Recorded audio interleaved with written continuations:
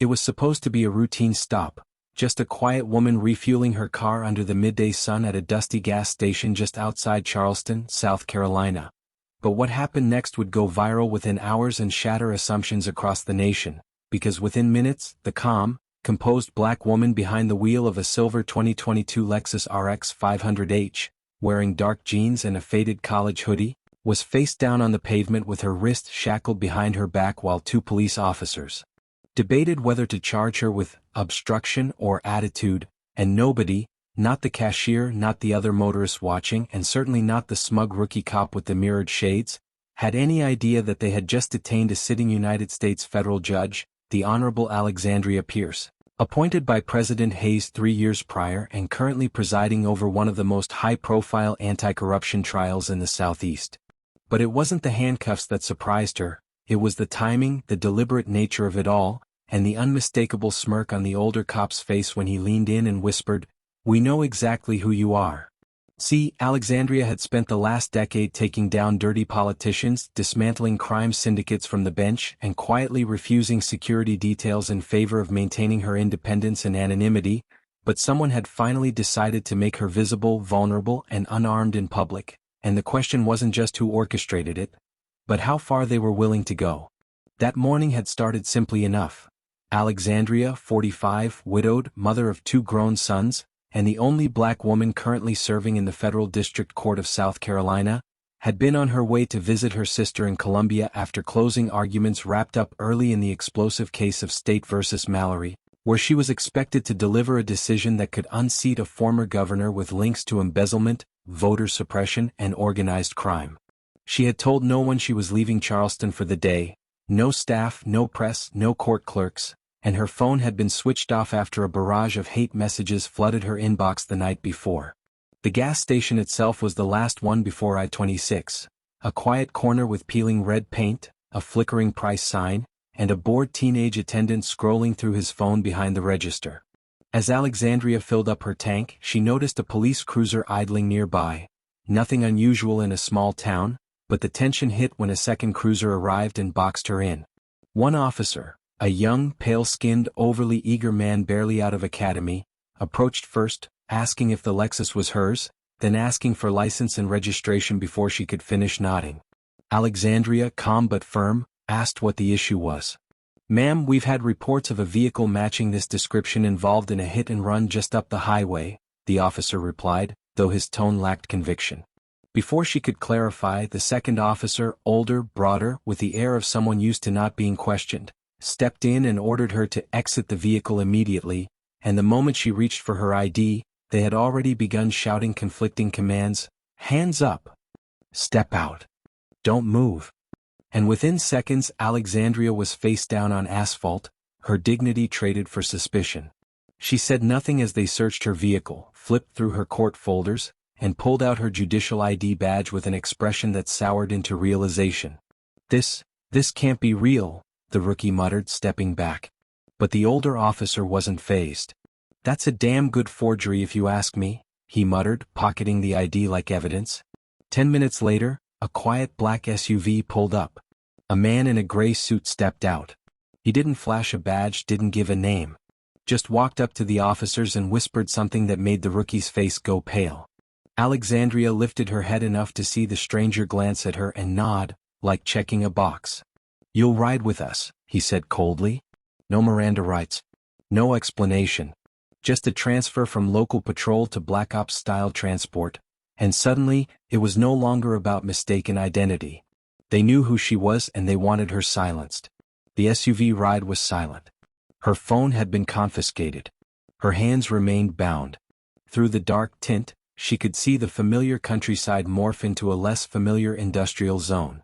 This wasn't a precinct. This wasn't protocol. She mentally cataloged every turn, every landmark, her legal brain mapping escape even in captivity. She tried to recall which of her recent rulings could have provoked this. Was it the gun lobbyist she fined? The indicted judge she refused to recuse? The Mallory case? Or something deeper, older, rooted in her past from before the robe and the gavel? As the vehicle finally slowed, she braced herself, prepared for interrogation. Instead, the SUV doors opened to reveal a face from her past. A man she hadn't seen in 20 years. A man she thought was dead. A man who should never ever have known she was a judge. "Hello, Lexi," he said, smirking as if the years hadn't passed. "Long time. I've been waiting for this." Don't forget to like, comment, and subscribe for more powerful stories that uplift Black voices and expose hidden truths. She hadn't heard that voice in over 20 years, but it still echoed like a gavel dropped in a silent courtroom, smooth, calculated, and full of danger.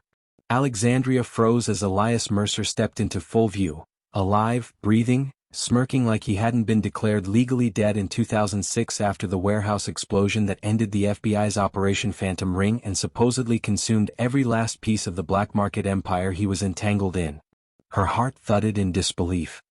His hair, once close-cropped and lined with fresh fades, was now streaked with silver at the edges, but those eyes, dark, knowing, predatory, hadn't changed.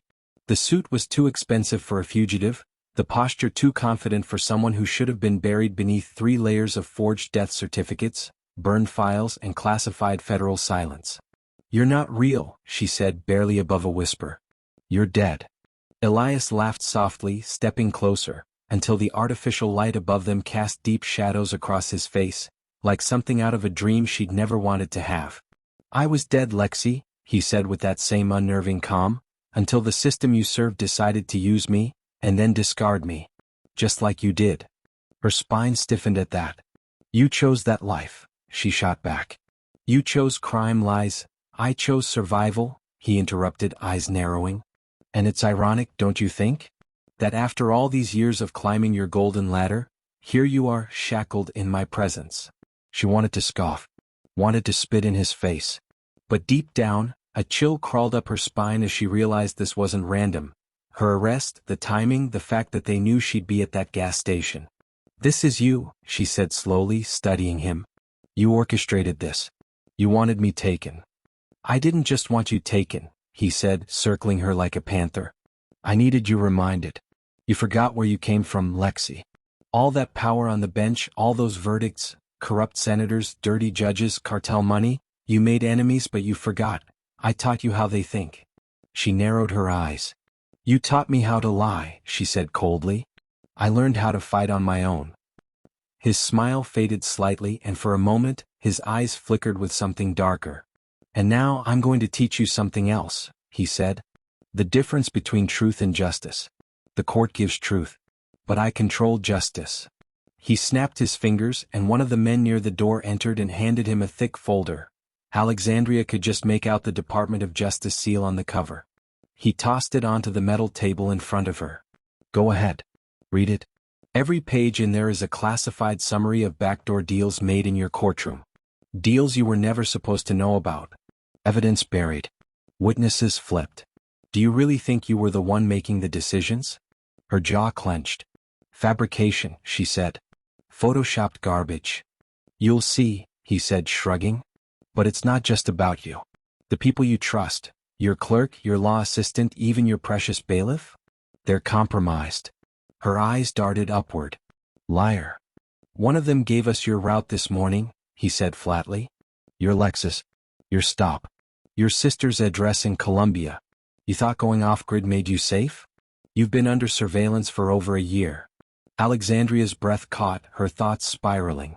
Oh, who betrayed her? What did they know about her upcoming verdict? She remembered her ruling in the State versus Mallory case, due next week. A guilty verdict would topple the ex-governor and expose a network of embezzlement and human trafficking tied to both state and federal agencies. Was this about stopping that verdict? Or something deeper? "This isn't about justice," she said slowly. "This is about revenge. Yours." Elias leaned in. "Not revenge," he whispered. "Correction. You tried to bury me.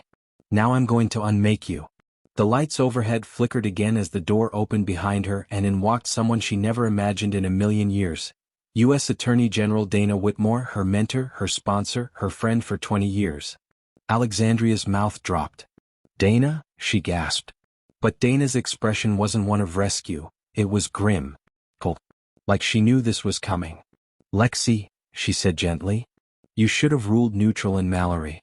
Now you've left us no choice." "Us?" Alexandria repeated, eyes wide. Elias folded his arms, victorious. The line between justice and control is thinner than you think, Dana added. And you've just crossed it. The guard stepped forward. Alexandria stood up, trembling but defiant, wrists still bound. Where are you taking me? She demanded. Dana glanced sideways at Elias, then answered, to where judges go when they know too much. Don't forget to like, comment, and subscribe for more powerful stories that uplift Black voices and expose hidden truths. The hallway was narrow, cold, and humming with quiet menace as Alexandria walked, flanked by two stone-faced guards, her wrists still cuffed and her mind a whirlwind of betrayal, realization, and fury, each footstep echoing like the tick of a courtroom clock counting down to something sinister. Because whatever lay beyond that steel-reinforced door at the end of the passage wasn't just a cell or a room, it was something much worse. A place built for silence, for erasure, for those who knew too much and refused to bow. She kept glancing sideways, trying to catch a glimpse of Dana's expression, her former mentor now co-conspirator, but the Attorney General wouldn't meet her eyes, walking slightly ahead, phone in hand, thumb scrolling like nothing monumental was happening, like she hadn't just admitted to participating in the takedown of a sitting federal judge. You don't have to do this, Alexandria said quietly, voice taut with steel. You can still stop this. Dana let out a soft sigh, paused mid-stride, and turned to her with that carefully crafted political calm. Lexi, you were warned, she said, softer now. You were poking around where you shouldn't have. The Mallory case would have brought down men we still need. Institutions we still depend on. You were trying to be the hero, forgetting the system never honors heroes. Only survivors. Alexandria narrowed her eyes. So what am I now? A liability? Dana's lips pressed together. You're a complication. Then she nodded to the guards and resumed walking. The door at the end of the corridor opened to reveal a high-tech operations center that looked more like something out of a military installation than a federal building, banks of monitors, analysts and headsets, real-time surveillance footage from places she recognized and some she didn't. Her chambers, her home, her sister's apartment, even the school where her godson attended 5th grade, and that's when the nausea hit her. You've been watching me? She whispered. Elias, now seated in the center like a spider in a data web, spun slowly in a leather chair and smiled as the door closed behind them. Watching. Lexi, we've been managing you. Guiding your rulings. Nudging your opinions. Bullsh, don't bother, Dana cut in, waving at one of the techs. Show her. The screen shifted. Emails. Transcripts. Edited legal drafts from her own clerks with metadata showing timestamps she hadn't authorized. We've had someone inside your team since 2021, Elias said smoothly. Every case you touched, every sentence you wrote, we helped you write them. And I'm still dangerous to you? She asked, jaw tightening. You're dangerous because you still believe you're free, Dana replied. But you've never made a single ruling that wasn't pre-cleared by someone higher up. Alexandria's breathing quickened. Her mind pulled up the Mallory case, how hard she'd fought to keep it sealed from political interference, how she'd protected that last witness, a whistleblower from the Department of Housing, how she'd declined lunch invites and briefings and calls. All the warning signs were there. She was a judge surrounded by a theater of justice, but the stage had been rigged. What do you want from me now? She said slowly, voice low. Confession? Resignation? Disgrace? None of the above, Elias said, standing now. We want you to work for us. Silence fell. Even Dana seemed to flinch slightly. What? Alexandria blinked. You kidnapped me. You exposed yourself. You want me to, what? Be your puppet on the bench? Elias shook his head. No, Lexi. Not a puppet. An architect. We want you to rise even higher, Court of Appeals, maybe even the shortlist for the Supreme Court someday. With our backing it's possible. But this time, you'll make rulings that serve a larger purpose. Yours? She spat. Dana stepped in, voice calm. We're offering you survival. You're too smart to rot in a hole or die, suddenly of a heart attack, like others have. Say yes and we restore your freedom, your reputation, your docket. Say no. Her voice trailed off as one of the screens shifted to live footage of Alexandria's sister walking her dog. A black SUV idled nearby. Alexandria's fists clenched so tight her nails bit into her palms. You would harm my family? She hissed. We would simply let things happen, Elias replied. The world is chaotic. We protect those who cooperate. The rest, well, he smiled again. Collateral damage. She stared at them both, head pounding, the weight of years of loyalty to justice collapsing in on her. She had fought so hard to escape her roots, the system, the violence, the street law she grew up around in Memphis, and now she was being dragged back into something worse. But as her heart screamed rebellion, her mind whispered strategy. She needed to play along, to buy time, to study this from the inside out. "Fine," she said at last. "I'll cooperate. I'll do what you ask." Dana and Elias exchanged pleased glances. "Excellent," Dana said. "Let's bring you back into the light." The guards uncuffed her, handed her a blazer and a burner phone. But just before she turned to leave the room, Alexandria glanced at one of the monitors. A new headline was flashing. Federal Judge Alexandria Pierce missing for 48 hours, DOJ issues statement. She's taking medical leave. They were already spinning the narrative. She was being replaced in real time. They thought they'd won. But as she stepped into the elevator with Dana and the doors slid shut, her eyes narrowed, and her voice dropped to a whisper. "You know what happens when a judge loses faith in the system?" Dana glanced at her warily. "What?" Alexandria smiled coldly. "She becomes something worse than your enemy, she becomes your mirror." And just as the elevator began its descent, the lights flickered, then cut out completely, sirens blared from somewhere deep in the compound, and a voice came through the intercom shouting, "Security breach, unauthorized access on level 7. All units respond. Target has been extracted." Dana's face drained of color. Elias jumped to the panel, cursing. "And Alexandria?" She smiled. Because someone had come for her. Someone they hadn't accounted for. Don't forget to like, comment, and subscribe for more powerful stories that uplift Black voices and expose hidden truths. The emergency lights bathed the compound in pulses of red as Alexandria pressed herself against the elevator wall, eyes sharp, pulse steady, while chaos erupted beyond the doors, guards scrambling, orders shouted, agents pulling sidearms as the alarm blared that someone had breached level 7, which she now knew must be critical, maybe a server room, maybe an exit route, maybe something else entirely, but the most important thing was that someone on the outside had found her, someone resourceful. Enough to break into a Black site that didn't exist on any federal registry, and Alexandria mentally ran through the short list of people capable of pulling something like this off. Not colleagues from the courthouse, not DOJ insiders, but someone she hadn't spoken to in years, someone she once put away. The name echoed in her mind, Nate Carter. The ex-CIA hacker who went rogue after exposing surveillance crimes no one wanted public. He'd vanished off-grid 5 years ago after Alexandria ruled in favor of a partial gag order that ended his court case and landed him in federal detention. But there had always been a flicker in his eyes when they last met, a spark of respect, maybe something more, and now she had the feeling he'd finally returned to collect on the debt she never admitted owing. The elevator halted between floors with a grinding screech, and Dana stumbled forward, hand flying to her earpiece. "Who the hell let this happen?" she barked. But Elias, already prying open the service hatch above them, wasn't waiting for answers. He scrambled up like a rat chased by fire, muttering about protocols and lockdown overrides, leaving Dana and Alexandria alone in the steel box. "You'll never make it out," Dana said, panting as the elevator lights flickered again. "You're already a ghost. Your ID's revoked. Your face is being scrubbed from every government directory." Alexandria turned, calm as a glacier. "You made one mistake." Dana narrowed her eyes. "And what's that?" "You forgot I grew up learning to survive before I learned to lead." Just then the top panel blew open with a metallic clang, and a rope dropped in with a magnetic click. A sleek grappling hook, military grade. Alexandria didn't wait.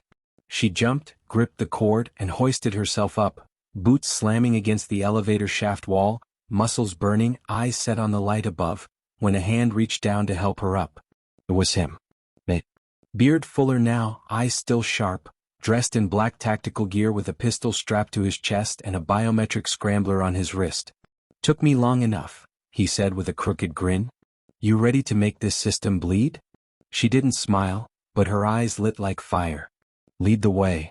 Together they bolted through the upper shaft, crawling past emergency ventilation, bypassing infrared motion grids and trip lasers Nate deactivated in real time with gestures that sent waves through his custom rig, until finally they burst through a maintenance hatch into the open air of night, on the roof of a warehouse disguised as a Department of Agriculture logistics hub, the city skyline twinkling beyond a distant fence.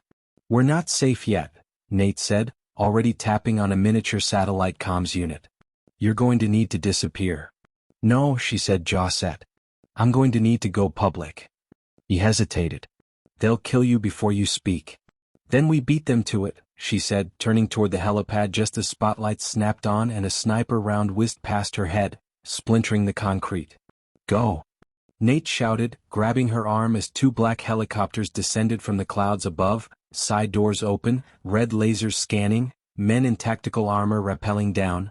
Alexandria sprinted with him across the rooftop, wind roaring in her ears, ducking gunfire, heart pounding not with fear, but purpose, pure and sharp. They dove behind a generator unit just as another bullet struck the ground beside them. "This isn't just about you anymore," Nate growled, passing her a flash drive. "This has records, names, offshore accounts, surveillance logs. Your entire court has been compromised for years. Even your successor is on their payroll." "I'll expose it," she said. "We'll leak everything." But then Nate's face darkened. "We've got another problem. They just activated Protocol Sentinel." "What's that?" "They're not just erasing your life, Lexi, they're activating sleeper agents across the judicial system. Judges, clerks, even jurors. You weren't the only one they embedded." Alexandria's stomach turned. "How many?" Nate looked at her with haunted eyes. "Dozens. Maybe hundreds. And they've already started." Suddenly her burner phone buzzed. One message. No name. Just 6 words. "Your sister is no longer safe. Don't forget to like, comment, and subscribe for more powerful stories that uplift Black voices and expose hidden truths." Alexandria's fingers trembled as she stared at the message on the burner phone, 6 words that turned her spine to ice. Your sister is no longer safe. Not even the echo of sniper fire overhead or the hum of approaching rotor blades could distract her from the implication. This wasn't just about her anymore. It had never been. Protocol Sentinel wasn't merely a security sweep, it was an erasure of anyone tied to the system with integrity, a slow but deliberate detonation of every thread that connected truth to power. As Nate activated the cloaking sequence on their thermal signature scrambler, Alexandria's voice was low but razor-sharp. "We need to get to her. Now." Nate nodded, rerouting their escape coordinates through the device's encrypted channel. Within moments, a silent hovercraft shaped like a cargo drone descended on a nearby rooftop, and they leapt aboard just as gunfire erupted behind them, the wind from the propellers howling like a warning. As they rose into the night sky, Alexandria's mind raced through every memory of her sister Mariah, a single mother who taught at a public school, someone far from politics, but close enough to be vulnerable if someone wanted leverage. "They're using her as bait," Nate said grimly, confirming her thoughts. "They know you'll break protocol for family." "Then let's make them regret testing mine," she snapped back. The hovercraft sped across the city skyline, dodging drone surveillance and signal jammers as they made their way to the sleepy suburb where Mariah lived. But as they arrived, the house was already compromised. Lights off, door ajar, and a trail of blood across the hardwood floor leading to a shattered family photo. Alexandria moved with deadly precision, clearing each room with Nate covering her 6, but they were too late. Mariah was gone, the only clue a burner phone left on the dining table. A video file was preloaded. Alexandria tapped play. The screen flickered to life to show a sterile holding room, and there was Mariah, bound, eyes swollen from tears, flanked by masked agents. Then a voice echoed, the same one she'd heard from Elias days earlier. "You wanted to expose us, Lexi. We warned you. One more step forward, and your sister dies." The feed ended. Silence fell. But her rage boiled like a volcano beneath her skin. "They want a war?" she growled, slipping the flash drive Nate gave her into a hardened decrypt terminal in his backpack. "Then we take the battlefield to them." For the next 24 hours they didn't sleep. They assembled a coalition of rogue whistleblowers, former NSA analysts, jailed investigative journalists, underground hacktivist cells who owed Alexandria favors for old rulings that saved their families. Nate opened every backdoor he'd ever built into the federal cloud servers while Alexandria used her still-active voice sprint to penetrate judiciary archives. One by one, the names came spilling out. Judges paid through Panamanian shell companies, evidence suppressed, civil liberties sold for favors, innocent people imprisoned to protect corporate interest.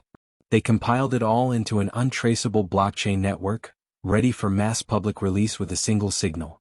But before pressing send, Alexandria set one condition: they rescue her sister first.